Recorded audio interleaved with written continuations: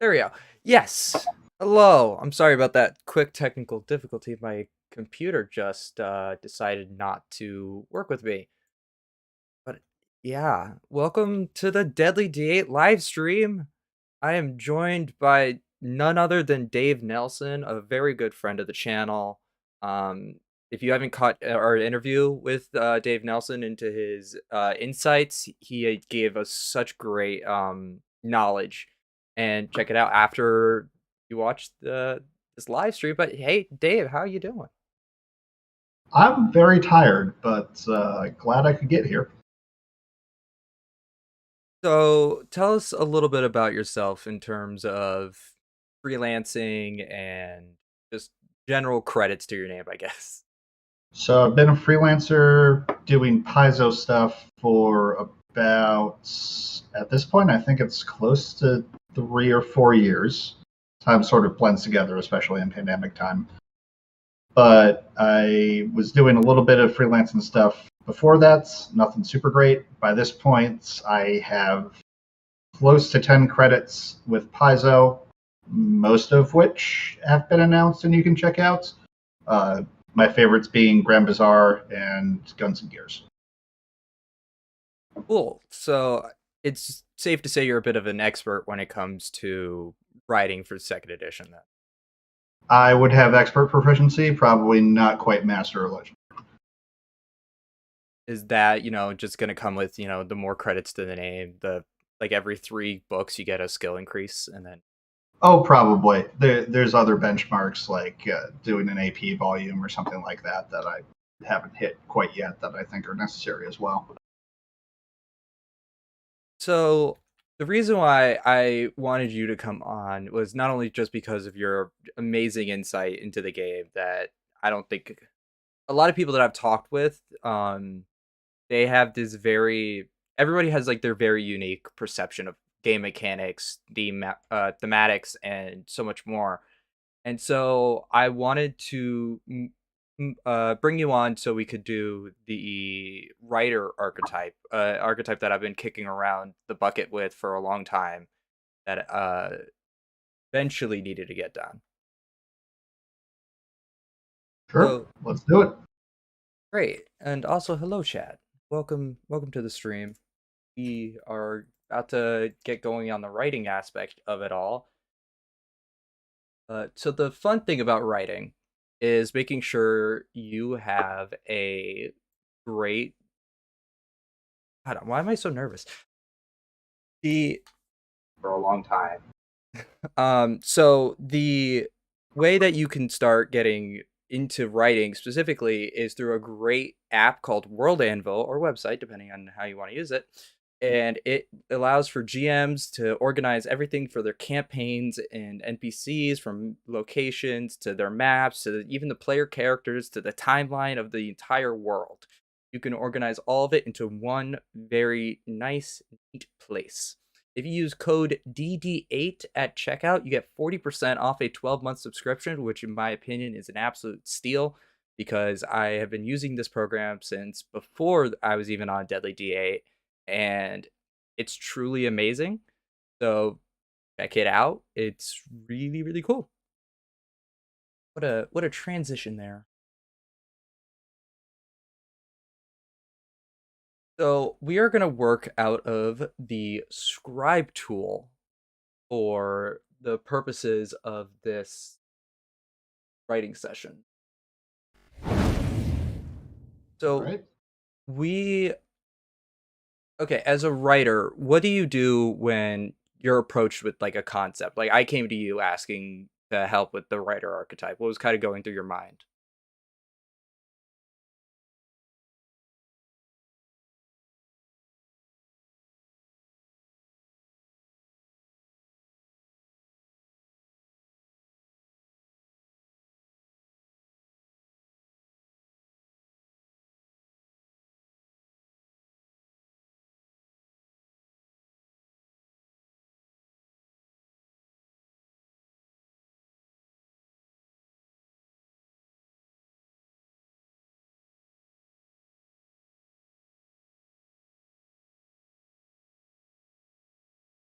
So because of the like plot twist mechanic, the often criticism I see of archetypes is that the dedication is, it's only a skill or maybe a cantrip and maybe a focus spell depending on which way you're looking. Would you consider the writer archetype would be a later edition where we can start it at like something like Shadow Dancer where it starts at 8th level, or do you think it would be better if we gave this time to build up from starting from 2nd level and up?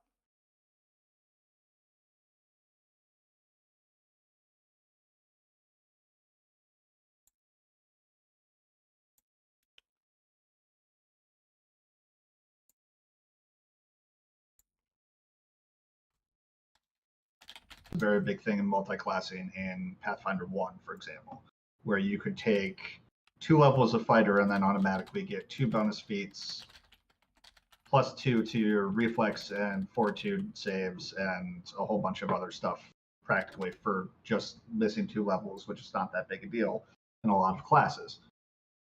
They try to get around that in Pathfinder 2 by saying you can't take a dedication, which is the entry gate into a different archetype, until you've taken 2 more feats of that archetype already, which is good because that manages to seal you in, and instead you can say, oh, well, I'm a monk fighter, not a monk fighter swashbuckler rogue by level 6. Mm-hmm. So putting it at 4th or 6th, I think would be good. Putting it at 2, based on what it does, even since another thing you really want to do, let me just organize my thoughts a bit here. Another thing that archetypes, sort of by definition, is they're not hyper complicated. Mm-hmm. They shouldn't be. All of the complexity comes from your individual class that you choose at level 1. Therefore, if we're going to do something complicated like plot twists, it's best to try and base them off of something that already exists in the game that you can point to. And therefore, you have a good idea of what the power scale is. So I'm going to relate this a bit to what the Alchemist dedication gives you. So, for example, if we look right here, go into Archives of Nethys, As always. Archetypes, and trust me, when I'm actually writing, I have so many tabs open. So, Alchemist has a level 2 dedication, only requires a 14 intelligence. I think that's super fair. Mm-hmm. If we're doing something that's specifically very Death Note themed, I would think that, or at least conceptually speaking, a high-ish average intelligence is probably good to go.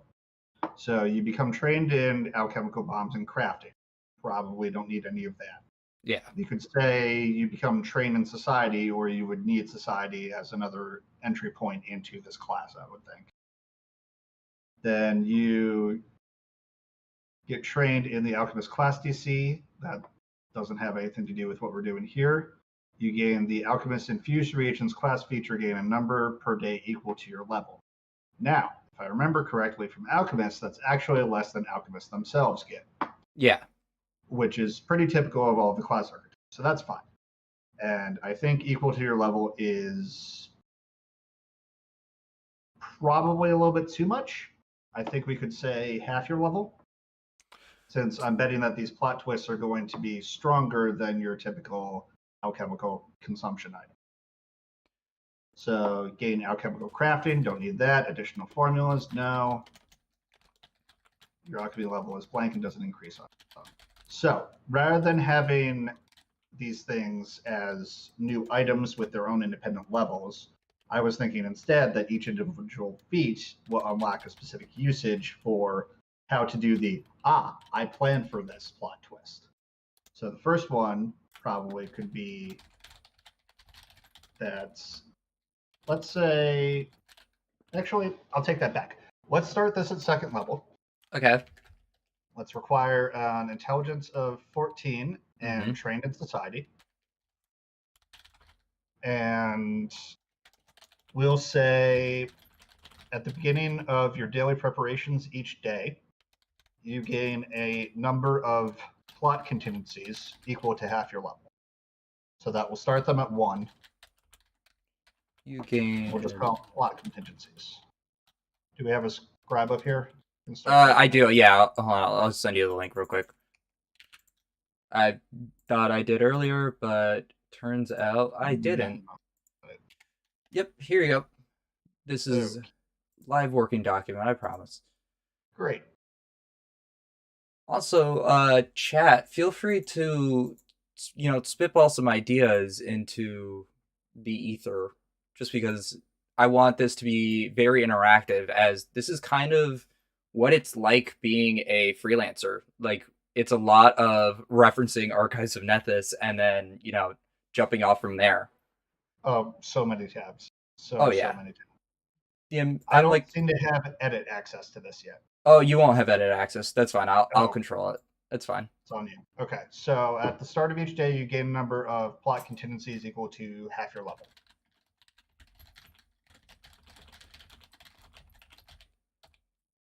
Cool. So let's and then we need to explain exactly what that means. So what we say is these can be used much like an alchemist's infused reagents, except that they are only used for actions granted by the writer archetype.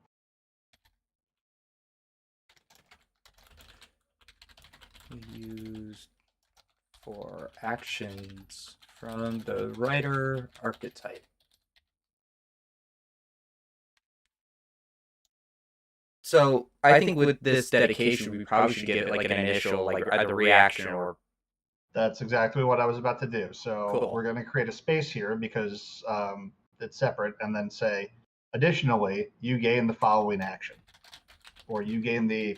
I haven't named it yet. I saw that coming. You gain the I saw that coming action. Yeah. Let's go with that. Cool. Also, chat names are usually the last thing that come to me. So you do need to include them when you state these things, but I'm not going to be as quick on the draw with those as what they actually do. Yeah, and so honestly, we're going to create a space here, and I'm going to teach you proper Pathfinder 2 formatting while we're at it. Yeah. So when you're doing a brand new action, you are going to put the name of the action in bold. So the name of the action will be I saw that coming. And then in brackets, you're going to put the type of action that it is. I would say that this is probably, I would call it a reaction. That's where I think I'm going with this. So it's a reaction. And if it's a reaction, then you need to list its trigger, frequency, if it's got one, and its effect. So we'll start with the trigger, which is also in bold. And it will be a creature critically succeeds on a strike against it.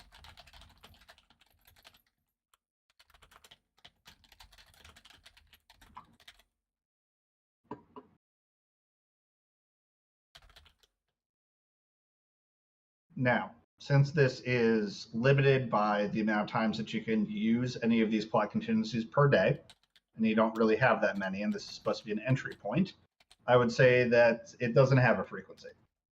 Oh, okay. Odds are you're not going to be critically struck more than once per round to begin with. And if you are, you're not going to have the reaction suspend anything. So having it once per round is redundant.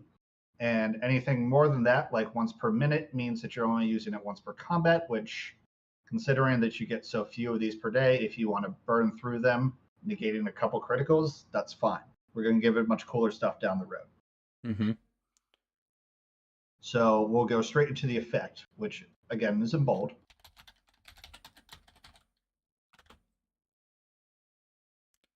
All right. And we can say that critical success becomes a success. dealing regular damage to you. That last part isn't always necessary, but the earlier you're putting any of your rules text, the better it is to pad it with some of the obvious stuff that you would think were kind of redundant. Stuff like forced movements, the way multiple attack penalties apply, anything like that. Putting that in the early stuff is something that's done frequently in all of the other text, and the higher level you get, the more you can assume that people know how the game works kind of in general and will be able to intuit certain things in your rules that you don't need to actually out and out say. So then, since this is a dedication, we do want to put a very specific rider on the end of it. So we're going to go down one more paragraph, and in bold, we're going to put special. Cool. All right, got it. And so the special text is, you cannot select another feat with the dedication trait until you have taken at least 2 other feats in the rider dedication. So what's the mechanical implications of keeping it down to, obviously, like, we're going off of the like pre-existing texts of all the dedications, but what does that mean in terms of mechanics? If I'm a new coming like freelancer, why can't I, just like, hey, here's the dedication, go run wild? What happens when we start limiting it to not like kind of expand into the whole system? Well, in general, what you're doing is, as a freelancer, you want to keep within the actual limitations and design considerations of the system that you're working. Yes, it's fun to push the envelope, and you can certainly do that, but not in ways that completely defy the logic and suppositions of the system that you're in. For example, you would not give something master or legendary proficiency in something at level 1. Same thing with this. It's just something that's baked into the system that's there for what I would say obvious reasons that I stated above. This prevents you from having so many things going on that you can't even keep track of what's happening. And if you want to just go this far into the writer dedication, no further, fine. But then you can't also take the champion dedication later or anything else. It's to prevent you from having to spin so many plates that you have no idea what's going on, which was definitely a problem in first edition. And it also kind of streamlines the concept of your character. If you're dedicating yourself to somebody, as the trait implies, then you do more than just dip your toe in the water. You spend a certain amount of feats doing it. In this case, since it's class feat, and you get typically about 11 to 10 of those, you have to spend 3 of them doing this just to say that you have become adept at this dedication. That's a pretty big investment, and it's intentional that way. So what I'm hearing is just, let's just run free archetype all the time, and then we never have that issue. I am a ginormous proponent for free archetype. I love free archetype because the amazing thing as well is that archetypes don't necessarily make you more powerful in combat. This one seems to begin with, but we're going to give it stuff that is significantly less than this in terms of combat capability. Archetypes just allow you to do more varied, cool stuff so that you're not just a run-of-the-mill champion or a run-of-the-mill sorcerer. And being run-of-the-mill is a lot harder to do in Pathfinder 2nd Edition than certain other game systems that shall remain nameless for certain reasons. But I think that if you consider the infinite possibilities just by sticking to your class and not taking a dedication, and then you tack onto that, what can I do if I take free archetype? You can play this game till the heat death of the universe, and I love that about it. Yeah, I think one of my friends calculated it to play if you played from ages 10 to 100 back-to-back 4-hour sessions and never slept or used the bathroom or eaten, you only get like 0.0001% of like total level 1 characters alone. Like before you even start adding in like archetypes, unless it's a really hyper-specific like class archetype. Yeah. So all right, so all right, we got the dedication down, which is always a great start. Now we're kind of getting into the more free reign of it all, because from here we can kind of put the levels at anywhere. We can start the next one at 6 if we really wanted to. We could. However, since we were just talking about free archetype, one of my pet peeves, and I get why they were made, because free archetype is not the base consideration of the system, but for those of us playing free archetype, if we take a dedication that starts at level 2 and then it doesn't have a feat at level 4, what happens to our level 4 free archetype feat? We can't use it. Yeah, you just kind of because the throw out that text, as we have right there, has locked us out of it. So I personally am not going to be doing that. We are going to give it a level 4 feat. We're probably going to give it 2. So, okay. Chat, any suggestions for what we should do for the next couple of minutes? So somebody in chat mentioned, I can imagine a feat related to borrowing inspiration from other sources, like copying the abilities of allies. Interesting. So this brings up a fun point that archetypes also dip into classes as well. Like the Blessed one, for instance, dips into the champion a little bit by giving them all of the lay on hands and any feat related to lay on hands from the champion class.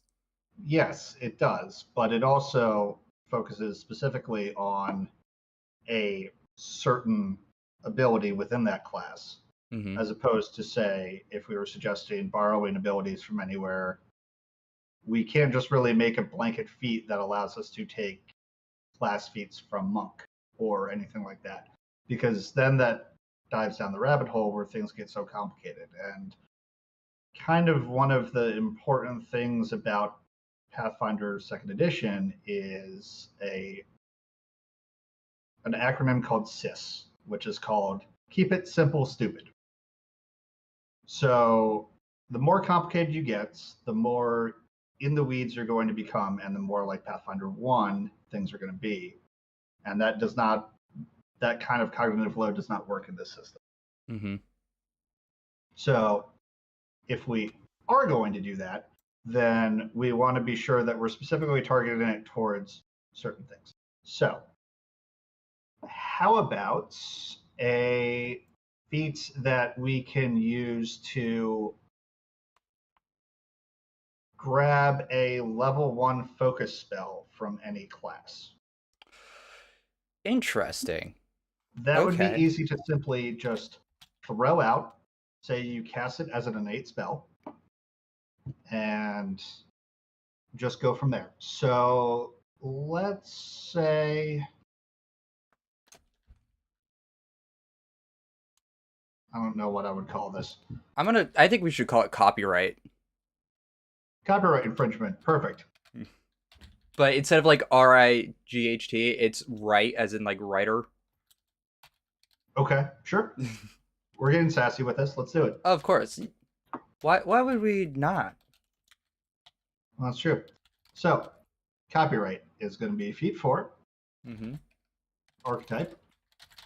And then prerequisites is going to, well, it doesn't have a prerequisite because that points necessarily to the actual requirements. So instead, it just says archetype, rite of dedication.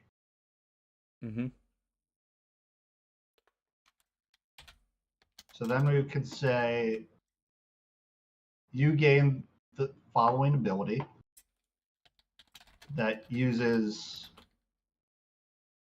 1 plot contingency. Or you gain the following ability, and then we'll say spend 1 plot contingency 2. That's cleaner language. Okay, you can spend 1 plot contingency. I can't spell. Also, just reminder for everyone, hire editors because God, they're the Yes, saving grace of this all. we have at least one Paizo editor in the chat, so I'm there's so that. sorry if I get you really mad with my horrible misspellings. This is why I save this They've all for the already end. given away a little bit of the ghost of what you're supposed to call a couple of the fonts when you're actually writing it for Paizo. I was told that that was privileged information, so I have not said that out loud. But it's very good that we're doing this in the Scribe app, and I don't have a live Word document open. I figured this would look a little bit closer to the To the way file, that, yeah. yeah. I personally like writing in Scribe and then, throwing it all into a Word document and cleaning it just because I like seeing the personal layout and formatting it all, but it's definitely on a basis to basis case. I've gotten incredibly used to seeing what the Paizo style appears to be in a Word document, and it's allowed me to pick out exactly what's going on very quickly, which is very, very nice. So you can spend 1 plot contingency points to borrow some power from one of your allies.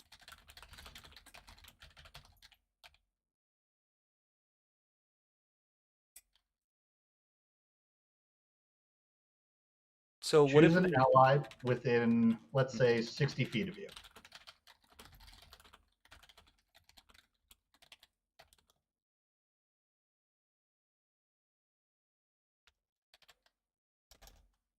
All right, You so... cast you Mhm. cast 1 focus spell that ally knows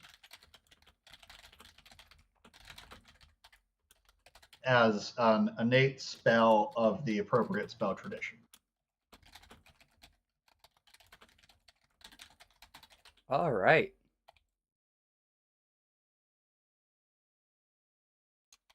I would say you do not need to spend a focus point to do so, and the spell is heightened to your highest spellcasting level.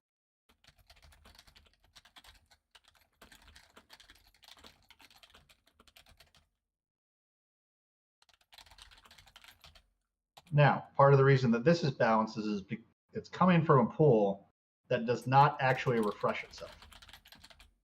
It refreshes itself on a daily basis at the start of each day. However, focus points you can get back much quicker than that. Focus points are meant to effectively be capable of being used once every encounter or more as you get higher in level.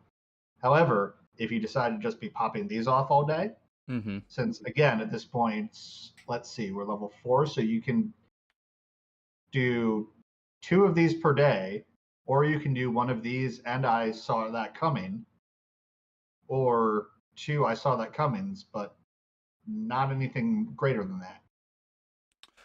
Oh, So Katrina, also hi, yep. brings up a great point of spell DC because certain focus spells do have a spell DC and some do have a spell attack modifier. Spell attack roll. That is Jesus a Christ. great point. So, if you note, I said that you cast it as an innate spell of the appropriate tradition for you.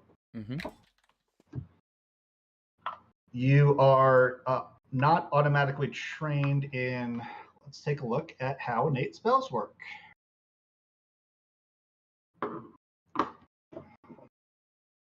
I want to make sure that I get this right on live television. Yeah, I mean Because it's a if you little helpful. misremember it after doing a little bit more digging, then you need to go back and you need to pull it up by the roots again. So, certain types of spells coming from your ancestry or magic item rather than your class. You cast innate spells even if you aren't a member of spellcasting class. You were always trained in spell attack rolls and spell DCs for your innate spells, even if you otherwise aren't trained in spell attacks or spell DCs. If your proficiency or attack rolls or spell DCs is expert or better, apply that proficiency to your innate spells too. You use charisma modifier for your spellcasting ability modifier for innate spells unless otherwise specified. So, since you are automatically trained in everything, that will be the assumption, unless the person taking the writer archetype has a spellcasting tradition already, in which case you would use trained or better. However, you would still always default to charisma no matter what your spellcasting modifier for the class is. So say you're a wizard on this one, you would still use charisma for these focus spells.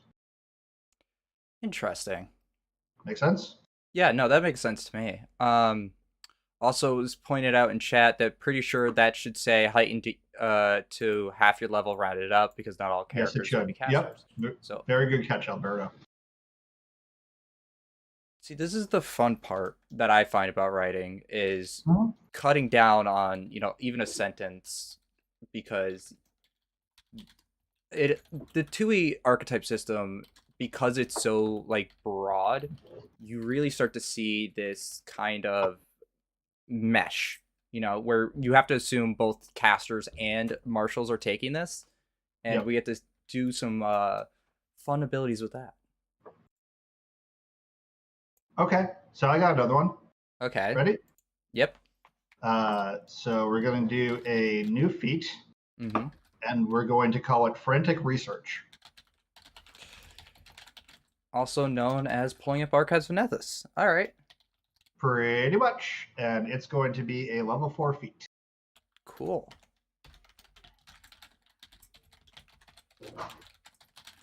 Standard formatting stuff out of the way. All right. What is Frantic Research going to be able to do? All right. So, Frantic Research, we will say, is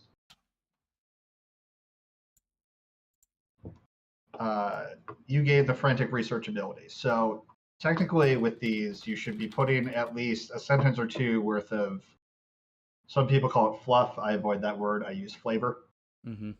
But for the sake of getting these mechanics out so that I can show you, we're just going to dive straight into them, and we can add flavor after the break, after some input or something like that. So you gain the Frantic Research action.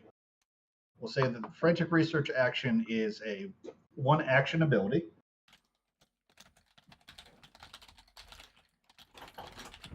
Okay, so it's one action, and then there was a little child. Yeah. Okay, go. Sorry about that. So it's one action. What traits does this action have? This trait is going to have the concentrate trait. All right. So we got concentrate. So what are the effect of this action, or is there requirements? There are no requirements. We should probably throw some requirements eventually into the prerequisites, but for the moment, Frantic Research is you make 3 recall knowledge attempts on a target creature. Or 3 recall knowledge attempts, let's say that. Since we don't want all of these to be combat-based. And so do you have to expend a plot contingency that we had? Yeah, you would expend a plot contingency to do so. Okay, so then we could change up the wording to you can expend. At the end of these, effectively, what I'm also thinking is it wouldn't hurt to go back and decide on basically a more concise way to say that outside of the actual action descriptor, because the action descriptor usually does not require a cost. I think I made something recently that had a cost. I can look up how to frame that during the break. But you do 3 recall knowledge attempts. For every success, no, hang on.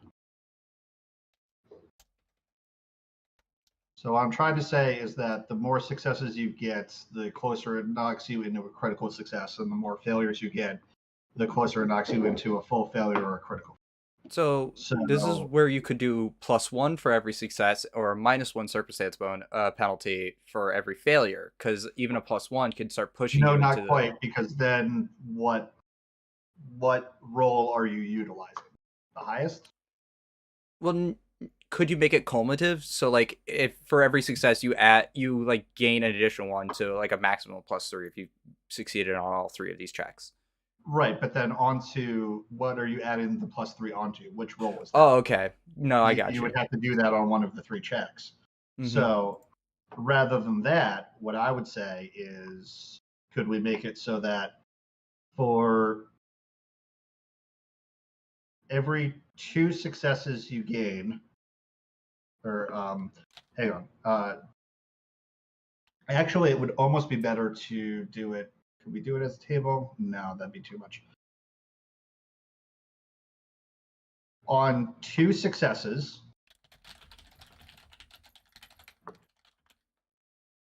the final result of your recall knowledge check is a critical success.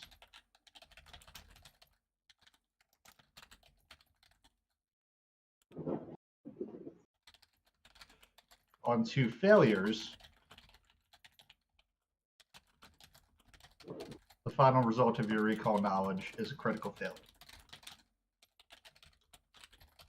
Because we want to give this a little bit of a backfiring kind of way. And what's really nice is that recall knowledge checks are secret, so you don't even know if you're blowing it or doing well. That's the idea. And let me tell you, when you panically try to research something close to your deadline, you don't know how you're doing.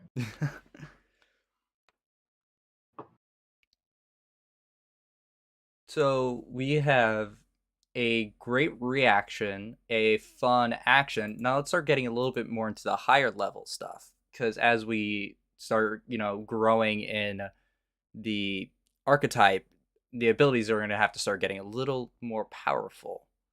Mm-hmm. So here's what I'll say. I want to go to feat level 6. Okay. And we're going to call this Beg for Feedback. Oh, this is a fun one. Oh, that is the wrong word. Oh, that's a very, very That would be a completely different type of feat. Is this All right. not supposed to be a PG screen? Mostly. All right. So we have beg for feedback. All right. So prerequisite writer dedication. Mm-hmm.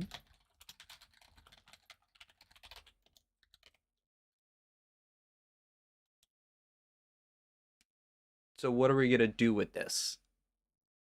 So what I'm going to do with this is I'll say you gain the beg for feedback action.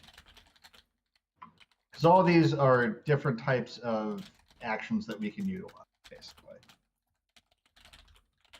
Mm-hmm. This one with beg for feedback is in fact going to be a free action. Okay.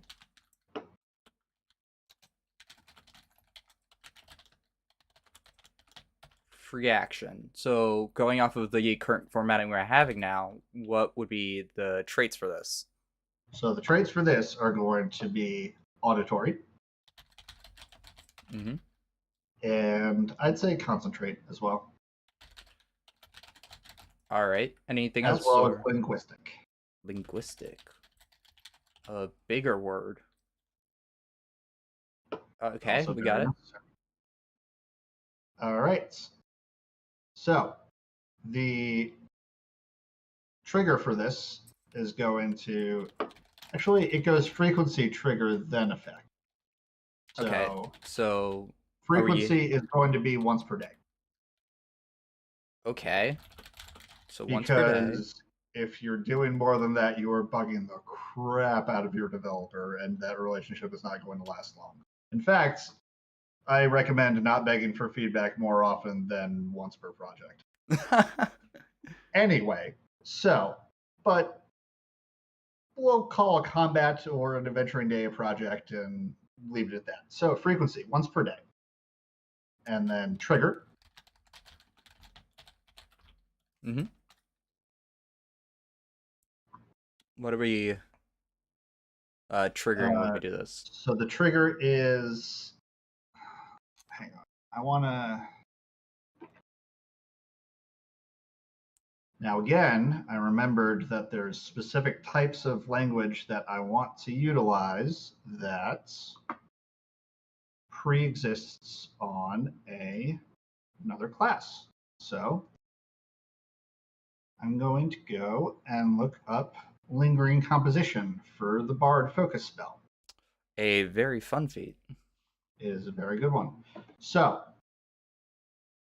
instead of it having a trigger, what we're going to do instead is we say, if your next action is to, and we'll go from there. If your next action is to. If your next action is to make a strike, Mm-hmm. or attempt a skill check. Got it.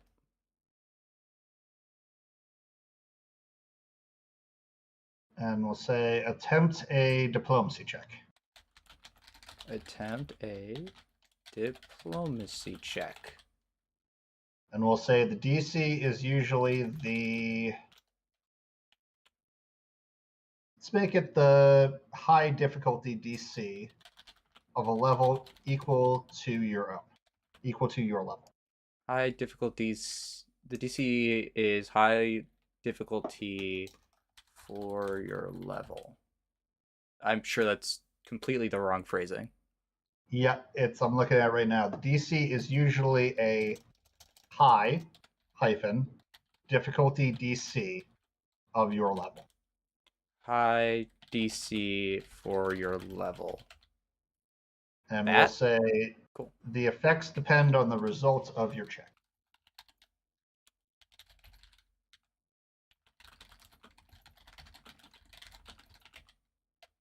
Okay. So now we have 4 tiers of success to play with. Well, yes, mostly. So let's put in all 4 tiers of success. Mm-hmm. And then what I like to do is I like to start with just the failure.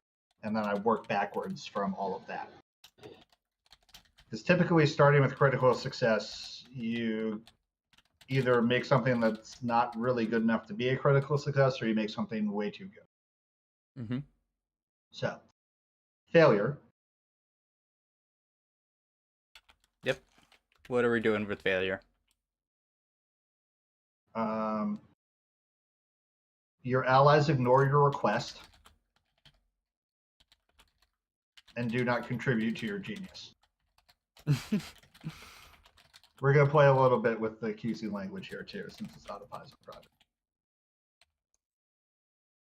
We're just going right for the ego stroke, aren't we?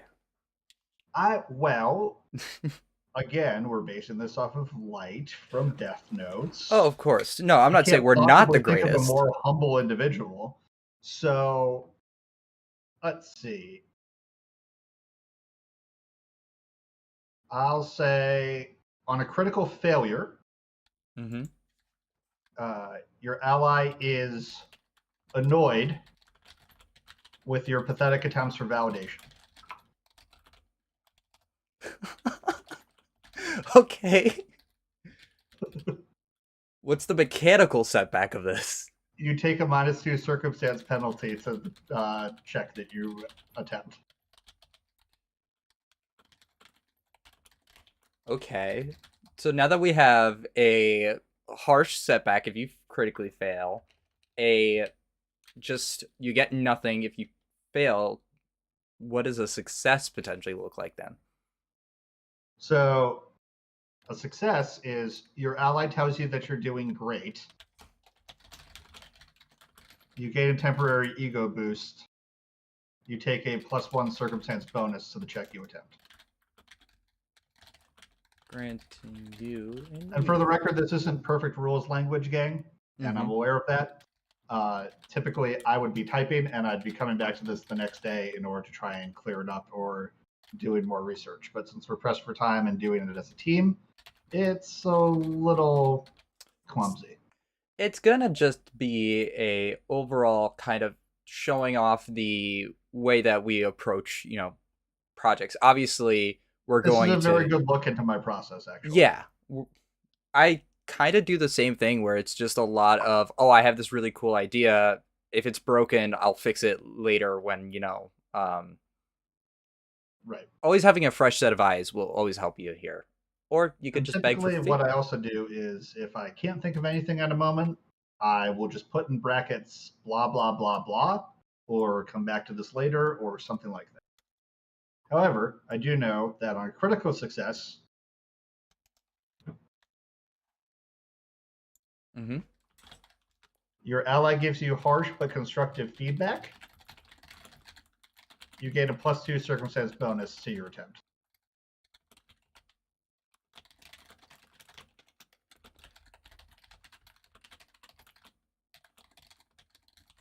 Okay. So we've set up the plot structure, the plot contingency. Hold on, chat. I had to move the beg for feedback action. Okay. So what is the cost of this? Because we can do it definitely like in terms of formatting, like alchemists, for example, to expend a fused reagent for certain actions, it says cost in bold and then one plot contingency, maybe. Yeah, I think that would probably be best. And that's what I thought you need to do with it. I've Also, been eyeballing alchemist like all day, so I am yeah, well well, versed in and only this class. yeah. And since I wanted to have this be very off the cuff and messy to show what a genuine jam session, even if it's just with myself, is like, Yeah, no, this is pretty and much this writing. pretty much tracks. Also, welcome, Either that Swim. or the entire chat would be me spending 3 hours looking on archives of Nethys and not actually typing much. So I figured this was a little more dynamic for the Mm-hmm. group. Okay, so we're covering some of the base ground, so we can continue building off of sixth level, or we can start jumping up to a little bit more of a higher power level structure. I think a higher level power structure would be good. Cool. So do we want this archetype? Because I know a lot of archetypes. Now that we have at least three feats that you could choose from, we can either go to eighth level, where they can now buy out of the writer dedication by taking one less feat, or we could just jump to level 10 because there's already we already have three separate feats. I think for the moment we can jump to level 10. I like trying to have at least one new thing at every level. However, the other thing I was thinking is about additional feats that you can crib from other things. Okay. For example, a lot of these are,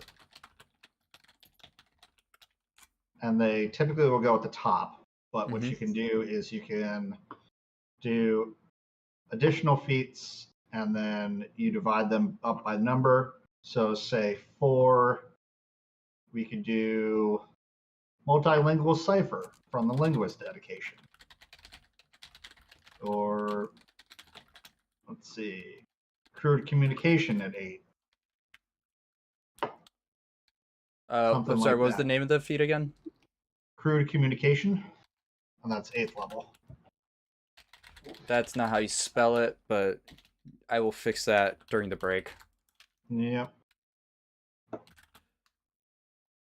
So usually at this point in Pathfinder 2's life cycle, a Mm-hmm. lot of things you can have pretty similar stuff, and rather than reprint it, you pop it in as additional feats at the top here, and that helps fill it out, and it saves you page space. Frequently, when you're an author, you're going to be told, not, I want an archetype. You're going to be told, I want an archetype, and this is how many words you have to tell the archetype. if you notice when you're looking through Pathfinder 2 source material, archetypes come in 1 or 2 pages. Typically, the way that Paizo distributes everything with their dual columns, right like this, and some art, you can fit about 750-ish words on one page. And it's somewhere closer to about 1,600 or so, or 1,700 if you do it on 2 pages. So you also kind of want to keep that in mind a little bit too. Are we making a short archetype that's only supposed to have a few options, like say Familiar Master? Or are we making something huge that's supposed to have a ton of archetypes and be pretty weird, like say Unexpected Shootist from Guns and Gears? Mm-hmm. A fun one. Well, so that's my question to you: is I how think we big is should this do archetype big and supposed to be? weird. I like archetypes that Oh, you're putting me through eventually my just paces here. See, I and this is why I like having deadlines, because I'm not expected to write an archetype in 2 hours. I'm expected to write an archetype among multiple other things over the course of a couple months. So I can sleep on this and come back if I start to run out of ideas. So this already is like a day's worth of writing on this section for me right here. yeah, I mean I get it. So how about a 10th level feat called Frantic Writing? And it essentially kind of acts like a quickened casting. But you get a maybe you become quickened one. Sorry, you get the quickened condition for a round, or you can continue to expend plot contingencies, and you can keep the quickened condition, but you can only strike or strike. Keeping the limited in what actions you could do with it. Yeah, that could work. If we wanted to be even more cheeky, we could call it an all-nighter. Ooh, I like that. I have Or done crunch those time or before. something like that. Oh my god. Okay, sorry. I'm gonna write this down because also another thing to keep in mind is write down any other notes that just like pop your head. I like the idea that uh, a potential like feat or action could be is pour a glass of coffee, and you essentially can get temp HP for attempting a recall knowledge check, because a lot of freelancing or writing for me is a lot of drinks and relaxing music as I frantically speed type. Well, that's great, but where do you get the coffee? Does coffee exist in your game world? Mm, Do you have to pay for the coffee? Is it a material component? This is the part where the rules start to get in the way of the actual image. gotcha. So you do want to be considering both of those things side by side. Yeah, of course. Not to say that's a bad idea, but I think flavoring it in a way that is not as explicit to something that requires a physical action is a lot Yeah. better. Okay. So we have I an think all. Sorry. Go putting ahead. it as a mental state of you realize that you're running out of time and drive yourself into a panic frenzy Mm-hmm. is a lot better than you pour yourself a cup of coffee. Okay. So we can write a feat later called crunch time, and then we can come back to that in a second. So we have an all-nighter, and all-nighters typically require you're gonna probably get the fatigued condition, I would I imagine. would say you get the fatigue condition afterwards, and it can make you quickened. And we probably want to clarify a couple things. Typically, quickened only allows you to stride or strike, which can be a little limiting.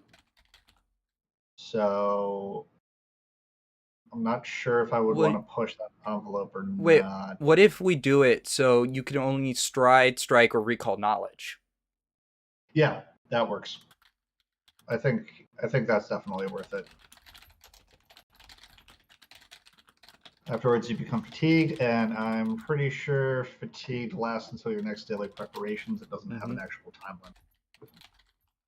At the cost of Or one plot content. Also, I just realized I threw no formatting onto this. This is why I personally like using Scribe, because I completely forgot about prerequisites and the tags. All right, so you at a cost of one contingency, at the end of this round, you become fatigued. I think it would be better to say you are quickened until the start of your next turn. Okay. That's usually the way that it gets phrased. There's some debate I've heard back and forth about what one round actually means. Till the start of your next turn. Yeah. Okay, so what if we made this a free action Yep. and the I would trigger is say at the beginning of your turn or your roll initiative? I would say it's a free action. You don't always need to put a trigger with a free action. Mm-hmm. You need to put triggers with reactions because you're reacting to a specific something. Gotcha. Uh, Instead of a trigger here, what I would put instead is I would throw in that it has a prerequisite of you are not fatigued,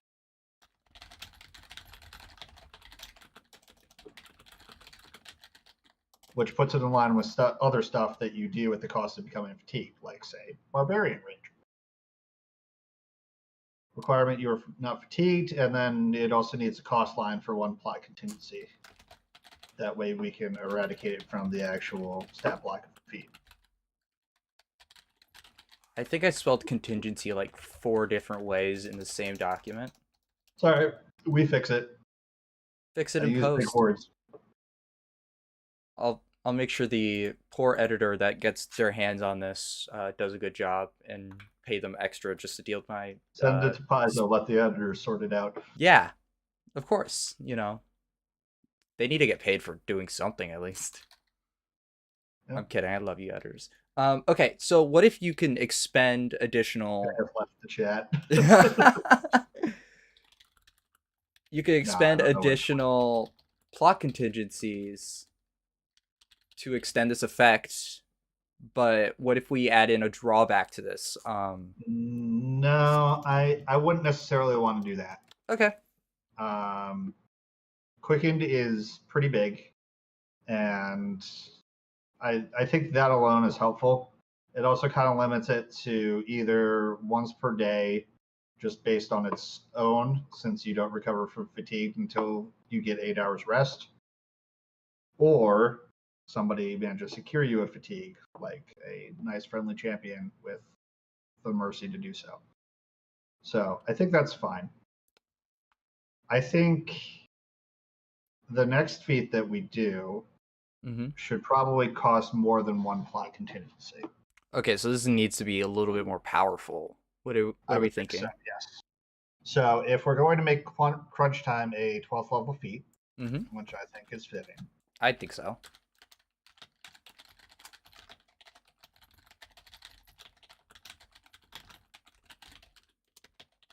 How many plot contingencies are we gonna expend for this? 3. Ooh, okay. Because you only have 6 at this point, so you're burning through half your That is resources. correct.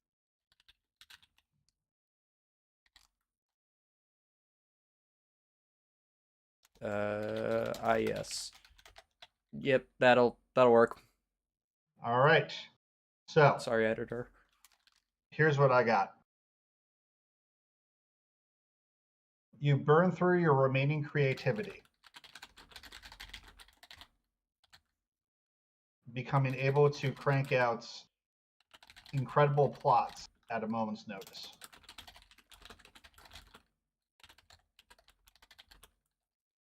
There's your flavor sentence for the people who wanted that.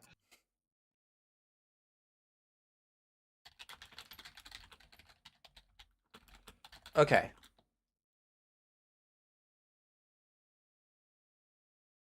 So I'm basing this off of something. So let me. Also, Katrina from chat brings up a really good point of does everything need Katrina to brings up cost? very good points. Yeah, does everything need to cost a plot contingency? Is the cost of fatigue not enough? The general idea is building it off of contingencies in order to do everything. That's kind of the pool in and of everything, similar to the way that you need to be mounted in order to use cavalier abilities or something like that.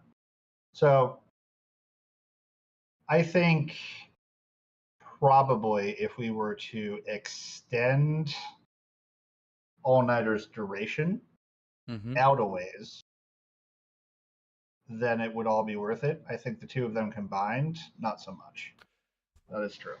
So okay, so how about this? So the cathartic mage is three rounds. So what if you become quickened for just 3 rounds? Because then you're limiting it, and potentially, depending on how far into the combat you are, Yep, that's either going to finish out or do a great start. sure.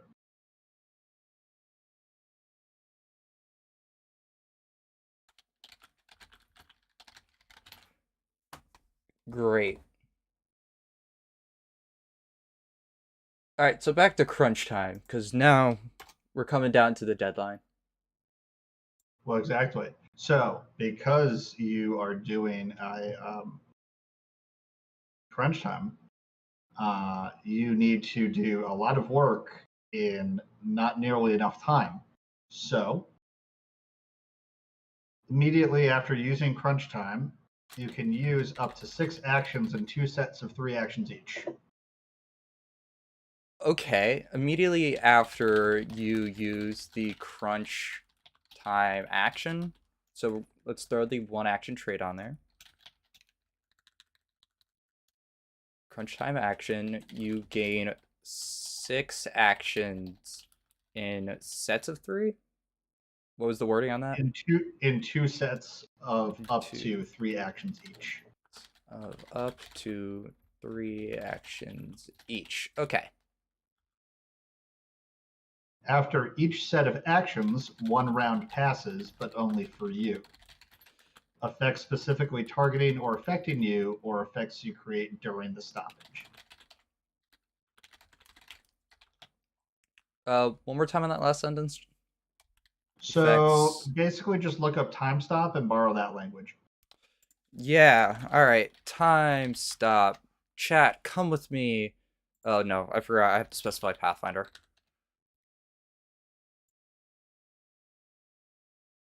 Yes, I had to switch my Archives of Nethys theme because I was working on a project.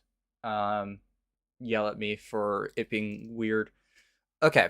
I've 1 round passes, but only for you. Effects specifically target. Oh nope, that's not how you spell that.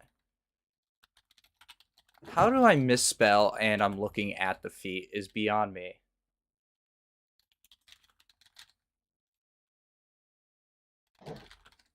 It's called dyslexia, James. You should look into it. It's a Probably. fun thing to have. I should probably deal with that. Mostly because it would explain a lot of my literary issues. But yeah, I think the archetype is coming out pretty great so far. And let's hop back into crunch time. All right, so now that we have these actions, is this where we're going to end the feat there? Or are we going to add in more flavor, more mechanics? What's the. I think we can just kind of end the feat there. So, time stop is a level 10 spell, and Mm-hmm. we just gave it to you at level 12. So there's about an Albeit, 8 level difference here. yeah, 7? albeit at 2/3 of its full capacity. So that somewhat tracks. Plus, you're using up three um, of your 6 ginormous resources that you've spent. 1, 2, 3, 4, 5, ostensibly 6 feats obtaining options for.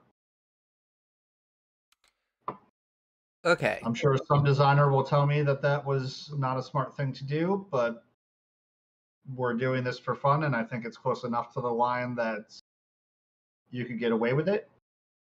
Probably if you were to put this on Infinite, somebody would accuse you of it being imbalanced. I mean, that's what editors are for, to yell at me before I throw it on Well, Infinite.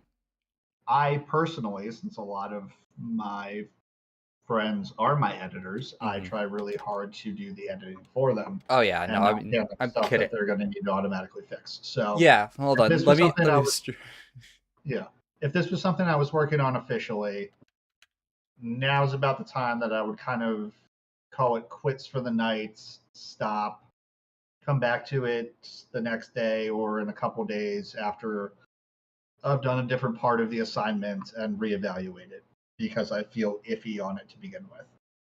I think theoretically, probably this is something we should bump to 14th or 16th level. Mm-hmm. I mean, But we can. I I think for mean now, keeping it at 12 because you're already expending half of your resources to kind of pull this off isn't a right. terrible idea.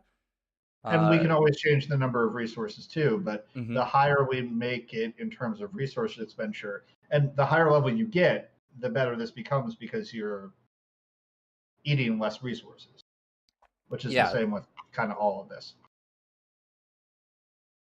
So Okay, so I like the idea of like a 16th level plot twist.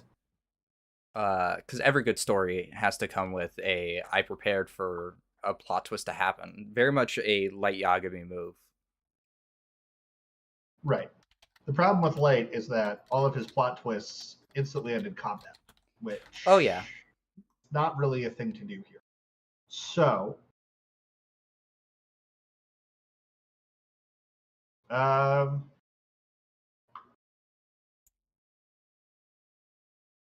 why don't we do this? Mm-hmm. So, if we're going to have a DC 16 or a feat 16 for plot twist, Okay. let's have it cost. I don't know, but it should cost a contingency. We could do 3 contingency again. Just Yeah, for I think that would be fair considering what I am doing right now. oh fun. Let's see.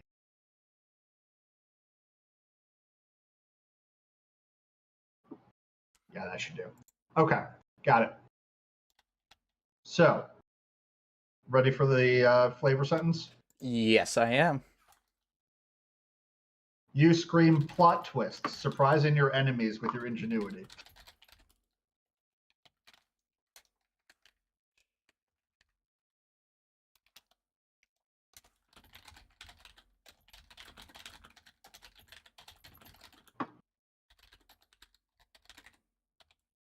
Okay. I'm liking where we're going with this. Okay. Mm-hmm. All enemies within 30 feet, and all enemies in a 30-foot emanation. There. It's proper. 30-foot emanation. Okay.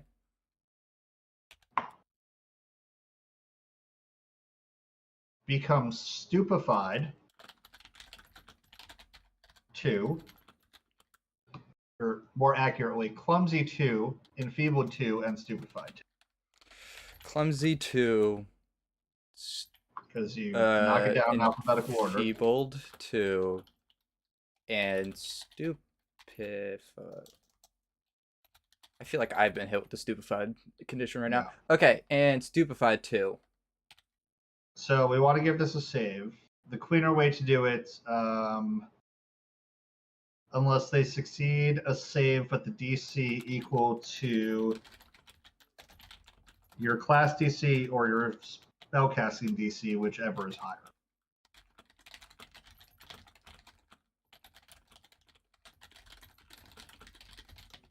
It would be a fortitude save.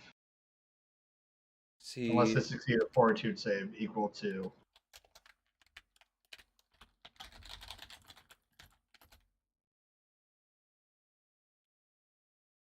With a DC equal to your class DC or spell DC, whichever is higher. Yep. We also need to specify how many actions that takes for that amount of AoE and effect. I would say that is a 3 action ability.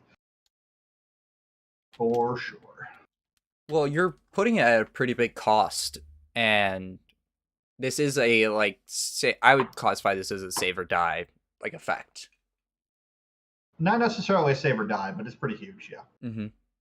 Keep in mind, some of these things might just be straight up immune to these things by the time that you're at level 16. Mm-hmm. I mean, definitely if you're using this and you're up against any kind of constructs, enfeebled and stupefied instantly fall off the table, practically.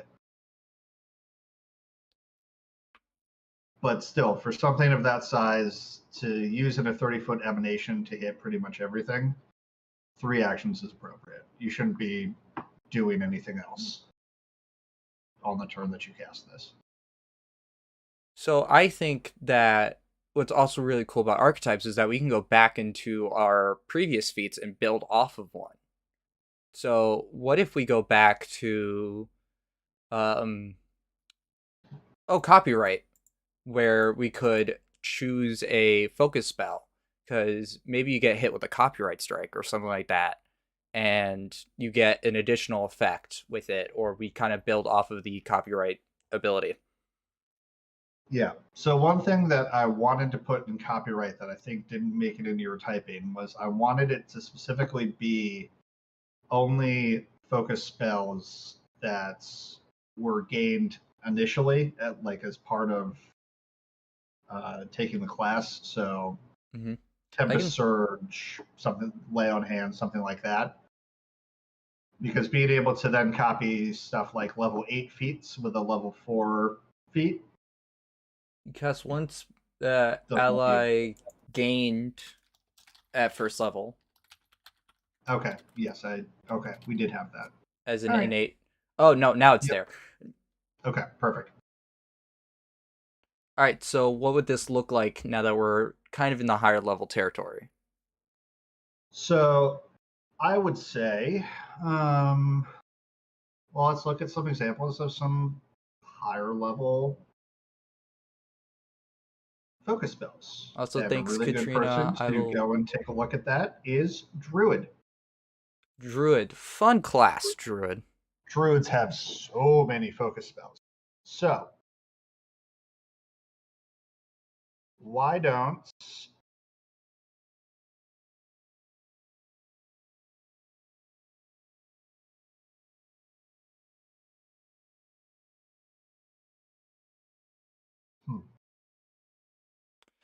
why don't we do it this way? So instead of copyright,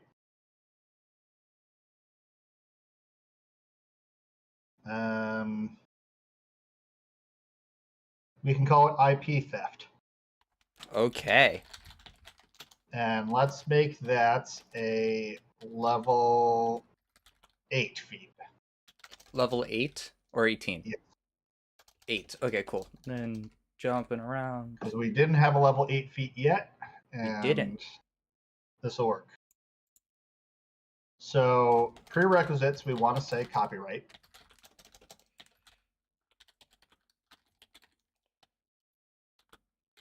Feat 8, archetype, prereq. See, now I don't have to write writer's dedication. Oh, again, I could just write copyright. All right, so we have stolen the intellectual property of one of our allies. Yes. Let's put for the flavor text, because I'm trying to keep a little bit more to that for the rest of this. We'll say you have become an expert in infringing upon the talents of your allies.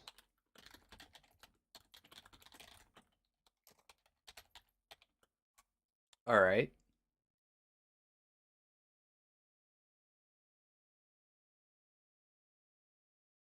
So what are we going to do? You may use your copyright ability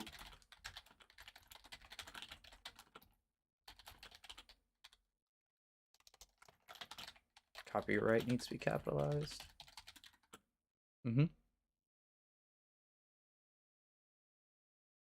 to cast the focus spell,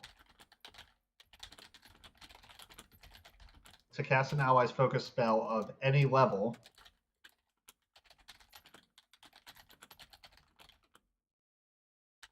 Of any level.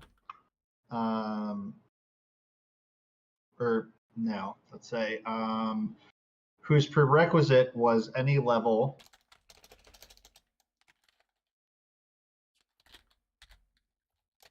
equal to half your level rounded down. Is equal to your level. Equal to half your level. Rounded down. Okay, so now we've kind of built off of it. Right. So looking at that, effectively what that means, and this is kind of similar to something you can get from Alchemist later, which is part of why I'm thinking of it. So let's see. So let's see. Druids get Order Magic at 4, which gives them their level 3 focus spells. And then their advanced elemental spells they get at 6th. So you would be able to cast something like Combustion or Stone Lance at 8th level as a writer, as opposed to Druids who would have it at 6th, et cetera, down the line. Mm-hmm. That's really cool. I'm liking that.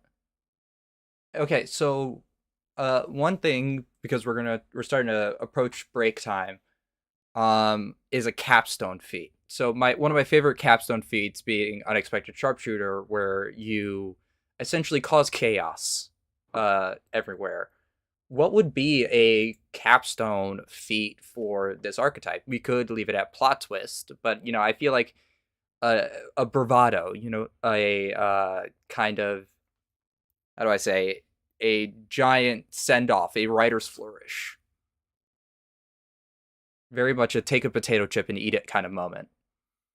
I'll tell you what, I have the start of an idea for that, but I want to work it out offline. So when I say it, it's a little more fully formed and less fumbly. Okay.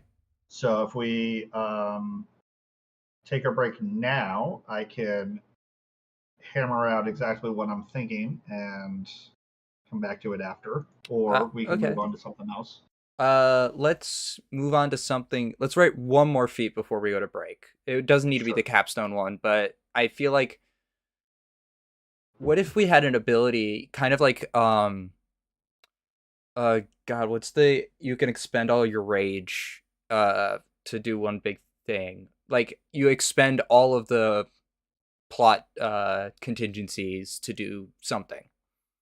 I don't know if that would be what you're thinking about for a capstone. No, I don't think so. I think by the point that you get to capstones, you probably ascended past your need to actually spend anything, and instead we would say it's once per day or once per Gotcha. hour or something like that. Well, we have a lot of cool stuff to build off of if we wanted to, let's say go back and, God forbid we needed to beg for feedback again on a project. We could, build off that. Or actually, I really want to deal with, something that Katrina said earlier that is actually a great thing we could end this off before we go to break. Katrina said, I think frantic research needs more work. It states 3 checks, but only gives outcomes for results of double successes or double failures. So That's true. how can we improve upon, so to say? That was a good question. See, I'm trying to figure out again, this, I mean, as much as I would love to shoot for perfection in these, that's not, unfortunately, the way that my writing brain works. Is I need to come back after thinking on a couple days for things, particularly if they've ended up entangled mess, and I think frenetic research is one of those where, in 2 days I might come back and decide that none of it's working and I'll nuke it for Morbid. The original kind of intent for it was that you make 3 recall knowledge checks, and then depending on how you do, your successes add up more, but so do your failures. So then on, let's say, a critical failure, it knocks the entire thing down to just a failure. And on a critical success, you can't do worse than a success. But again, that rules language would get really muddy. I don't have an answer for that. Okay, so Katrina then said, make it 2 checks, and one of each is dubious knowledge.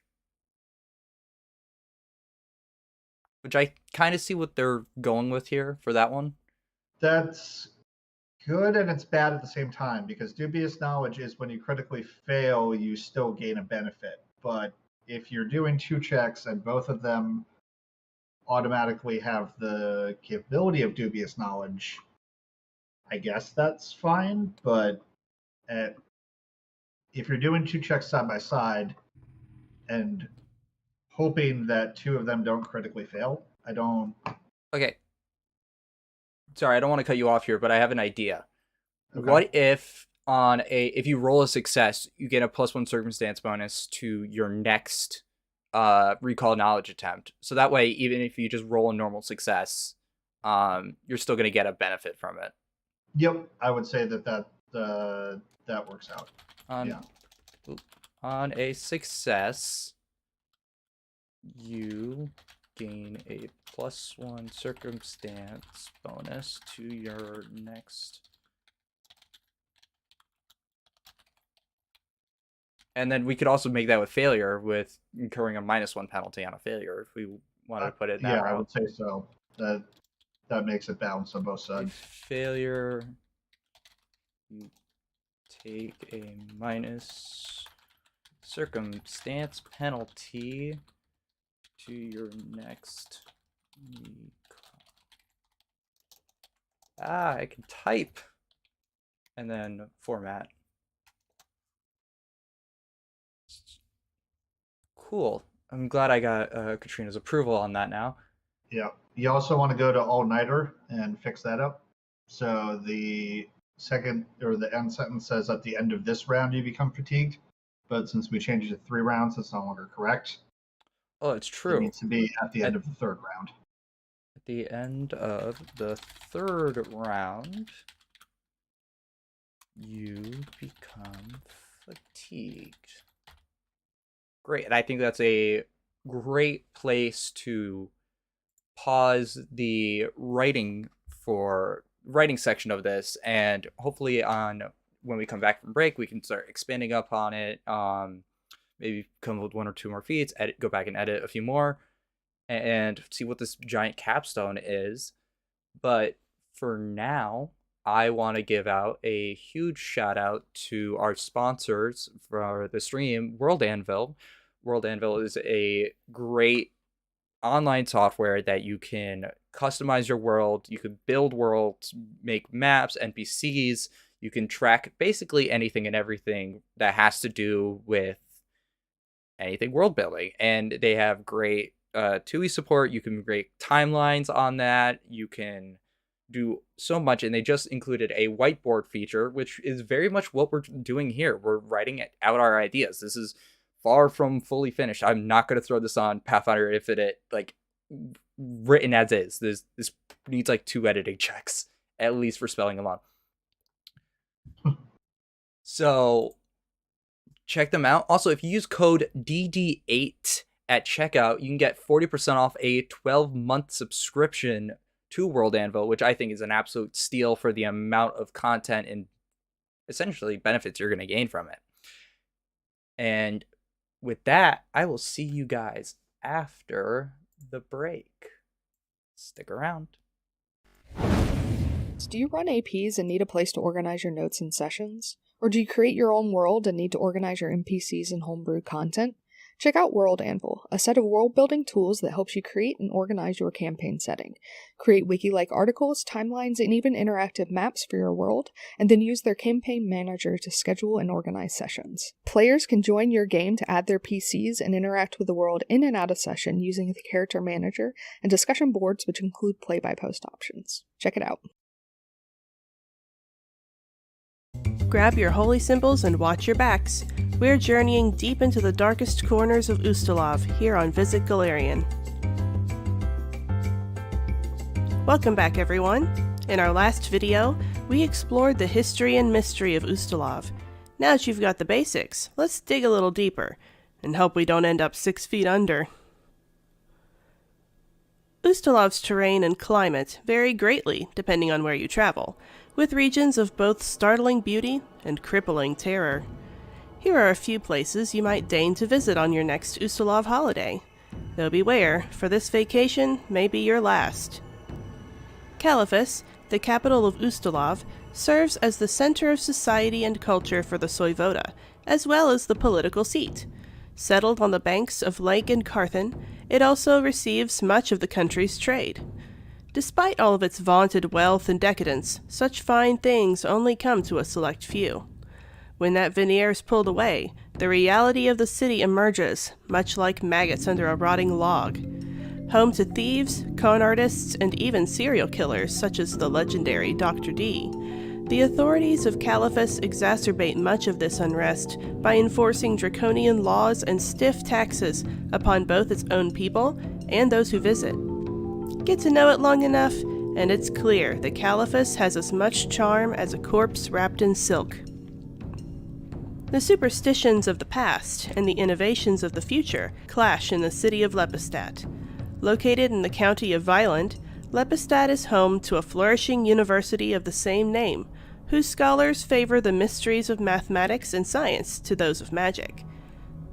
This simple village, marked by nothing but ancient Kellid monuments, changed with the arrival of the Treyas brothers. Their archaeological ventures into the monuments proved lucrative in both knowledge and gold, and soon Lepidstadt grew into a bastion of academic achievement. This hasn't sat well with the locals, who live on the edges of the university's grounds and scoff at their hubris. Not only that, rumors that the esoteric order of the Palatine Eye wields far more influence than they should in the region cause some alarm amongst those who understand the danger of poking one's nose where it doesn't belong. For more than 2,000 years, the place known as Carrion Hill has been home to Varisians, Kellids, Ustalavic settlers, and before that, followers of the old cults. That taint remains, soaked deep into the marshy earth. Carrion Hill gets its name from the fact that the city itself is built on the conquered bones of previous cities, destroyed by wars, famine, and plagues. Primarily, Carrion Hill is remembered as the home of Socorro, the infamous Butcher of Carrion Hill, a man who slaughtered thousands in the name of the Whispering Tyrant, and that was before he became a lich. Carrion Hill houses secrets that predate even Tar-Baphon. The old cults that once dwelled here left behind dark traditions that continue to take root.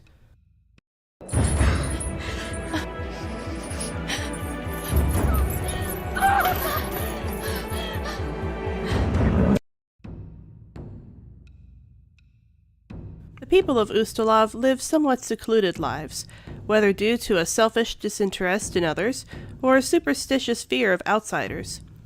This can make travel dangerous. Trust does not come easily here. If you're going to Ustalav yourself, here are just a few of the strange and enigmatic characters you may run into. But beware, for none of them are what they seem. The story of Ristamar Tyriak's life is one of immense tragedy. Desperate to cure himself of the vampirism that both saved and destroyed him, Ristamar had everything taken from him in one fateful night. His fiancée, his future, his family, and even the right to his own death. As a vampire, he conceals his true nature by pretending to be his own relative, traveling all around the continent as the young Count of Varno, searching for a cure for his condition. Ristamar walks a thin line between monster and man, using his determination to find peace to curb the bloodlust that threatens to overwhelm him. Alpon Karamark served as the Count of Violent until he was forced to abdicate when the county chose to join the Palatinates. Embittered by this insult to his authority, Alpon used his alchemical talents to create a monstrous flesh golem with plans to set it upon those who had slighted him. However, time healed Alpon's anger far better than any dose of revenge, and soon he moved on from the Beast of Lepidstadt to other stranger experiments in his private home, Schloss Karamark. As for the Beast, to most he's simply a frightening scapegoat for all the misfortunes in Violent. But in truth, he's little more than a gentle, misunderstood giant, left to his own devices by a careless father. Poor thing. Power in Caliphus lies not only with those born to it, but those too stubborn to let it go. Such is the case with Prince Edward Ordranti and Carmilla Caliph Vaso, the two most powerful people in the Soyvoda. Edward Ordranti inherited his title from his brother at 29, unprepared for the ways of the court. This has resulted in a reign highlighted by conflicts with the nobility of the city. Carmilla Caliph Vaso epitomizes the sinister decadence that typifies this Ustalavic nobility. A woman obsessed with maintaining her youthful beauty, Carmilla is rumored to have consorted with vampires, witches, and other dark powers to create a solution. As the ruler of the city and county of Caliphus, her influence often puts her at odds with Prince Edward, who sees her politicking as a nuisance at best and a danger at worst. A place as uniquely treacherous as Ustalav requires a particular set of skills to survive. If you want to send an adventuring party into the darkness of the nation that was, here's some tips to making the most of the trip. Things in Ustalav are rarely as they seem. As such, travelers must always be on their guard. Creatures of all kinds take the guise of innocuous villagers, waiting for the right time to strike. On the other hand, some of the most frightening beasts imaginable hide gentle, kind souls. Keeping a watchful eye, questioning everything, and following your instincts is the best way to survive. As you might expect, Ustalav teems with monsters of all kinds. Werewolves, undead, vampires, and more call this land their home. Clerics and champions are best suited to deal with these threats, but relying solely upon the powers of your gods may not always solve your problems. To survive, knowledge is power, so be sure to research the beasts you encounter. It may save your life.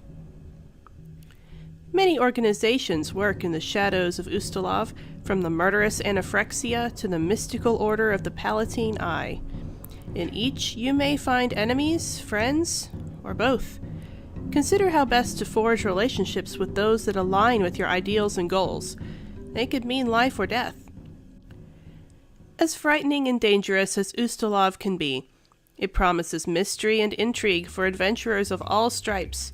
Just remember to watch your step, and mind your tongue. If you like this video, take some time to like, comment, and subscribe to dd8. We really appreciate it. Thanks for watching. Safe travels, and happy trails!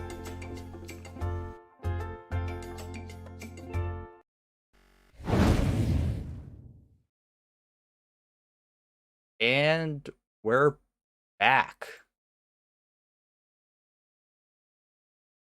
Okay. So, we have left off on about ready to write the capstone feat for the writer archetype.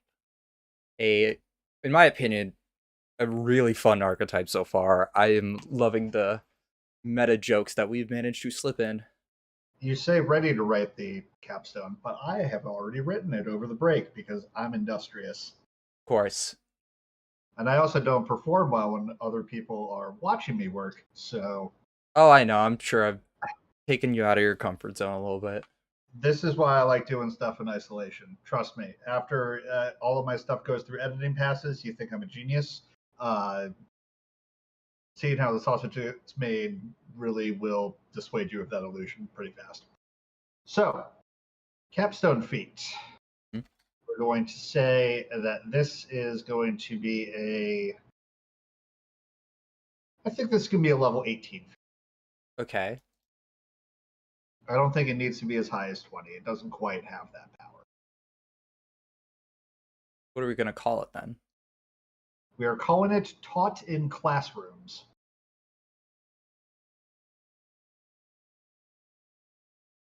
All right. Is there any actions associated with this, or? Nope, none. Cool. All right. So we have the prerequisites down.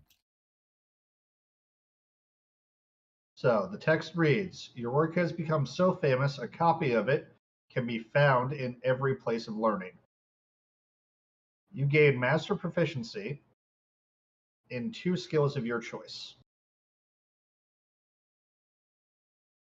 Additionally, the cost to use a writer dedication action is decreased by 1 plot contingency to a minimum of 1. In addition, any any cost. Sorry. The cost to use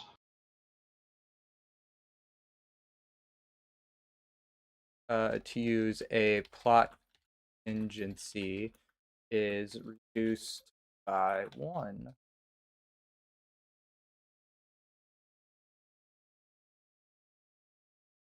Yep.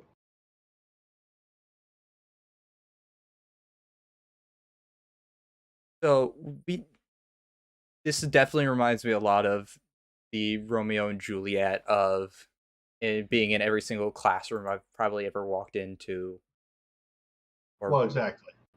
That's basically the same concept. It's what kind of author doesn't want to be taught next to Shakespeare and everything else as if it's no big deal and have people argue hundreds of years after their death what the intent was when in fact you were just writing crap the entire time like Shakespeare knew he was. So Shakespeare didn't intend to be famous. Shakespeare was writing smut, and he knew it. There are. I will point out to anybody who does not know that the play Macbeth has the world's longest and most intense knock-knock joke in the history of plays. So what I'm hearing is that I need to write a play, but make it like 6 hours before the knock-knock joke finishes. Basically.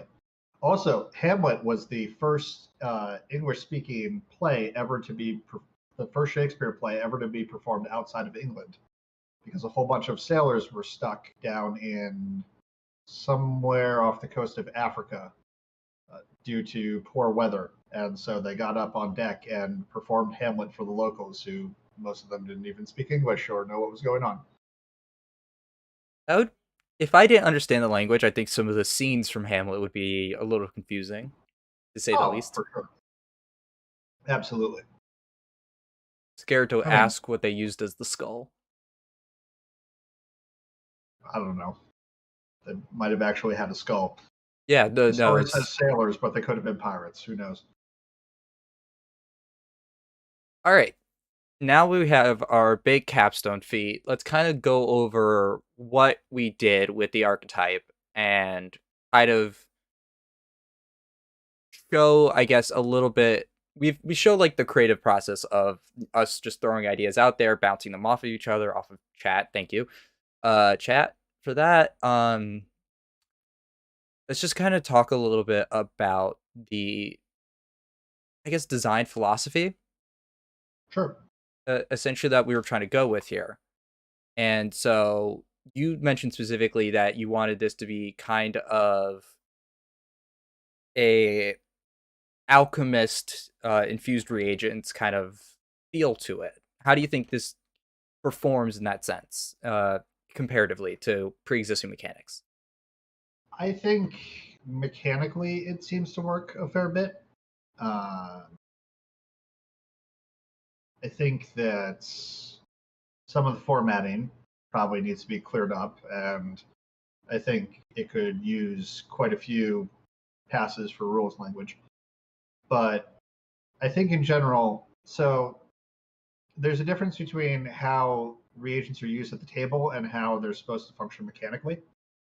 Infused reagents mechanically give you a pool, like was so frequent in Pathfinder 1, of daily resources you could do to accomplish X. Pathfinder 2 really doesn't have those outside of Alchemist. and pretty much anything that does something similar refers to alchemical reagents as an example of what they're talking. So I think in that way I did quite well. The issue with alchemical reagents is that they're typically done for very short power consumable but relatively long lasting things like elixirs and mutagens and that kind of thing. And these are much more used a little closer to focus points. So I think it's an interesting focus points are spells, actually, is almost the in between of those. Because if you think about spells are also just a pool of resources like everything else. HP is a resource, as Magic the Gathering teaches us, but that's a much more renewable one. Focus points are renewable as well. Spell slots, no. Plot contingencies in this case, no. Infused reagents, no. So I think to that degree, it's interesting, and there's not a one-to-one comparison in how it turned out. Katrina says, I came in a little late. There must be more to this. How does a writer gain plot contingencies? So you gain it by taking the dedication, and it's equal to half your level? That's correct. Yeah. So I think because you've written for Paizo in the past, and continue to. I'm sure there's plenty. If I'm not continuing to write for Paizo, then I guess I don't need to keep typing after this. Anyway. We were kind of really tongue-in-cheek in terms of some of these feats, especially stuff like copyright, which is very much I wouldn't call it self-jab, but if this was to be an official product, like if we were going to turn this into Paizo for probably a assignment or something like that, would keeping the silliness kind of be in line for kind of what Pathfinder has gone with in the most recent years, No. i.e. Unexpected Sharpshooter? No, absolutely not. I have been told by a few developers that I use too many puns in my turnovers. I'm sorry, not sorry for that, but just simply a writer dedication in and of itself probably would not fly. It's too shallow of a general concept for Paizo. And the way that we spiced it up with being able to affect reality with aha, I saw that coming, is not the way they would want to present it. Probably we would need to completely reflavor this much more like a precog. And we would need to alter a whole bunch of stuff. We would need to change all-nighter, crunch time, beg for feedback. All of these real-world terms would need to go, absolutely. Honestly, if I needed to do something similar for this for Paizo, I would have to rip it up by the roots and come up with a completely different fantasy reason for why this is occurring. So what was the important things to keep in mind as we were writing this in terms of either formatting or mechanics? Well, formatting, you always want to have the same thing. Is every single class after the dedication needs the prerequisite that you have the dedication. Otherwise, somebody swoops in and picks it up without taking the dedication, and therefore having plot contingencies, like Katrina pointed out. So that's kind of step one. Step two is sort of make sure that you keep sticking with your theme. You don't want to do a writer dedication that all of a sudden makes you really good at throwing axes at people. That's just kind of not really how this is meant to work. It's got to stay within the wheelhouse of the idea. It's a dedication. It's a specialization. So you want to be keeping to the core and spirit of what you're doing. Formatting wise, I personally wasn't typing any of this, so. Oh yeah, you can yell at me. It's okay. You can just say I did a bad job. No, it's fine. I see how it is. Writing this in Scribe is different than I typically would, and I am a creature of habit. So a lot of this sort of takes some getting used to, and also really the formatting and make sure my rules language is perfect is kind of the last thing that comes with everything, and would happen much further down the line when I was solid on the idea that all of these things would work. Then I would go back and I would make sure that my formatting was correct, that I was saying things in the correct order, that good example is Beg for Feedback, where it goes action type, traits, frequency, effects, and then critical success, success, failure, and crit failure. If that had other things like requirements, triggers, anything else, the actual order of operations that those would all go in is not perfectly memorized by me. So I would need to go back and refer to other stuff in other books and everything else. I know we use Archives of Nethys a lot as a resource, but Archives of Nethys does not perfectly format things to Paizo style. Mm-hmm. So one of the things that I would strongly caution is that if you need to try to format something perfectly to Paizo style, look to the core rulebook. And I would say the core rulebook specifically because things do slip through the cracks in other books that I've heard from the editing team that they're frustrated about, but do happen. And the core book is the one that should always be the standard for everything. And it should be basically your scale for power as well, because it's all of the base assumptions of the game. And if you suddenly decide that you don't want to operate within the base assumptions of the game, then frankly, what you should do is you should make your own game. You should not be writing for this. Interesting. Give us 1 second. We're just gonna trans over into. Great. So as we're coming to a close with the writer archetype now being finished, or finished enough in the sense that I don't think we really need to add anything more to it. Let's just talk about you for a second. Where can people find you online, or get in contact with you to yell at me specifically about how badly I formatted it?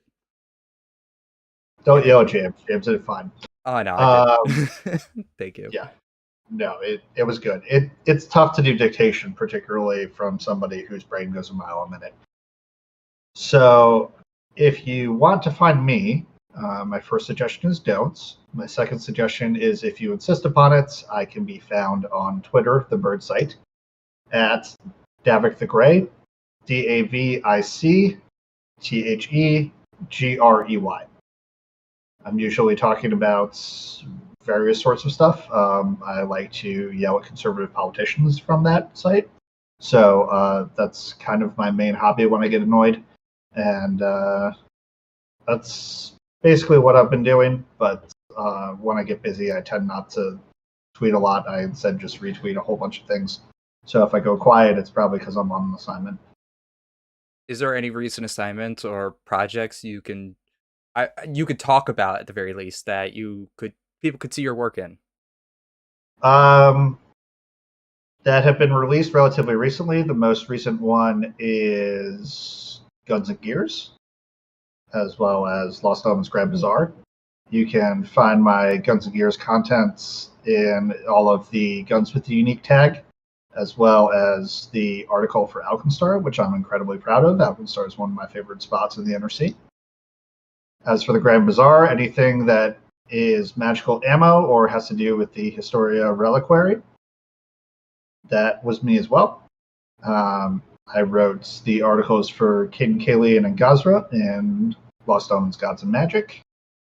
And I will also have a few pretty big sections in Lost Omens Travel Guide, which I'm kind of excited about because I got to experiment with a few different things that are a little atypical for Paizo assignment that I'm very happy that we're experimenting with. So, I mean, that's incredibly awesome. I cannot wait to see the travel guide especially get released. But also, if Travel guide's gonna be great. if you also want to see a little bit more of an edited and clear-cut interview with Dave, you could check out the Deadly Dd8 YouTube channel where we posted the interview not too long ago, and Dave gave us some really great insights into the world of being a freelancer, something I am relatively new at, which was extremely helpful for me or anyone else trying to kind of get into the writing game. It's still kind of amazing to me that people are considering me a veteran, because it feels like it really, honestly, was not very long ago at all that I felt that I was new. So we'll see. If I stick around longer, I'm going to become Old Man Yells at Cloud, which will be fun. That guy needs a smaller sword and a better haircut. So, Final Fantasy VII joke for anyone who didn't get it. But at any rate, yeah, I got a lot of help when I was first starting out, and I feel like it's my obligation to pass it on at the very least. Well, thank you so much for being here. This was an absolute blast. I love writing archetypes, and this was just absolutely fun, and I'm so glad to get to work with you on this.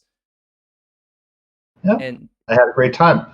Next time we'll do magic items, which I am a lot better and faster at. oh boy, you found my one weakness, items. Oh, I actually love items, and they're a lot easier in this than they used to be. The Paizo design guide actually tells you how expensive items are supposed to be at specific levels, which Pathfinder 1 did not have. Yeah, I could see that being helpful. Very, very But helpful. yeah, I'd love to have you back on at a later date. If you Okay. guys enjoyed this live stream, we have plenty more. In fact, our last live stream was with none other than Untested Gaming, another Pathfinder YouTuber in the Paizoverse sphere, I guess. And we talked about how to incorporate media into your TTRPGs in Pathfinder. A lot to do with Batman, but purely because we were both such big Batman stans, and I just watched the Batman movie. So go check that out. If you haven't subscribed to the channel yet, please do. We are pretty nerdy people all around, and we just released a new animated video with our good friends at Hijinks with their realignment series. That it's genuinely funny if you haven't seen it yet. It's like only like 5 minutes or something. It was really funny. Sorry, you want to say something or? No? Okay, cool. Just wait. Sorry, I was just reading. I was trying to read your face. I was like so confused. Okay, and last thing I want to do is give one final shout out to our sponsor, World Anvil. They do so much to help the channel, but you should also check them out because they do so much great work over on their side. They're such great partners, and I'm so glad to be able to work with them. You can use their new whiteboard feature, which I have been playing around with. You can just essentially jot down ideas, and because my room, it can become a mess when jotting down ideas. Having it all in one condensed online place really saves me a ton of time as is. And if you want to support the channel, like and comment what would you want to have seen from the writer archetype, and that's really it. Or you can support us on Patreon. All the links are below, and I will see you all in the next stream or video, depending on my release schedule. I am super busy. With that, I bid you all farewell, and I will see you next time.